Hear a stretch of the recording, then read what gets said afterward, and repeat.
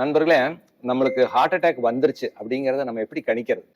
மாரடைப்பு அல்லது heart attack வந்த ஒருத்தருக்கு ஒரு விதமான ஒரு நெஞ்சுக்கூட்டு பகுதியில ஒரு அசௌகரியம், ஒரு இறுக்கமான ஒரு உணர்வு இருக்கும்.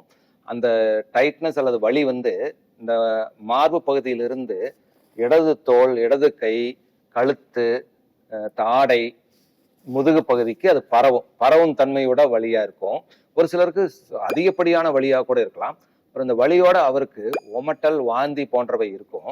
அவருக்கு பார்த்தீங்கன்னா குப்புன்னு வேர்த்துரும். உடம்பு பூரா வேர்த்திருக்கும், படபடக்குன்னு இருக்கும். அவருக்கு ஒரு அச்ச உணர்வு இருக்கு. நம்மளுக்கு ஏதோ பெருசா ஏதோ வரப்போகுது அப்படின்னு அவருக்கே தெரிஞ்சிரும். உள்ளுணர்வே அவருக்கு சொல்லும். ஃபீலிங் ஆஃப் இம்பெண்டிங் டூம் என்று சொல்வார்கள். இந்த வலி யூஸ்வலா அவர் வந்து நடந்தாலோ, இல்ல உணவு உட்கொண்டாலோ, இல்ல எமோஷனல் ஆனாலோ, உணர்ச்சி வசப்பட்டாலோ இந்த வலி அதிகமாகும்.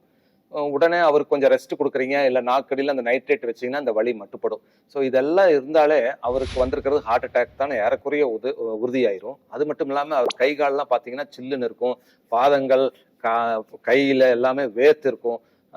அது மட்டும் இல்லாமல் அவருக்கு இதய துடிப்பு மிக அதிகமாக இருக்கனால அவர் இதய துடிப்பை அவரே உணர முடியும், பால்பிட்டேஷன் என்று சொல்வார்கள்.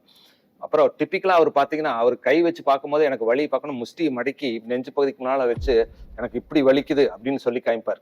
ஸோ இது ஒரு டிப்பிக்கல் சைன், லெவின் சைன் சொல்லுவாங்க. ஸோ இந்த அறிகுறி எல்லாம் இருந்தா உடனே காலம் தாழ்த்தாமல் ஆஸ்பத்திரிக்கு அவரை கூட்டிட்டு போறது மிக மிக நல்லது.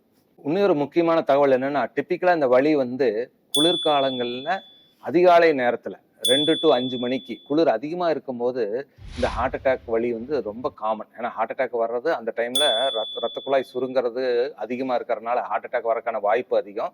அதுவும் இல்லாம இன்னொரு முக்கியமான தகவல் என்னன்னா, அதிக வயசானவர்களுக்கோ இல்ல சர்க்கரை வியாதி உள்ளவர்களுக்கோ எந்தவித வலியும் இல்லாமல், உணர்வும் இல்லாமல் மாரடைப்பு வருவதற்கான சாத்தியக்கூறுகளும் அதிகம். ஏன்னா டயபெட்டிஸ் வந்து நரம்பு மண்டலத்துல பாதிக்கிறங்காட்டி அவங்களுக்கு சைலண்டா ஹார்ட் அட்டாக் வர்றதுக்கான வாய்ப்பு அதிகம்.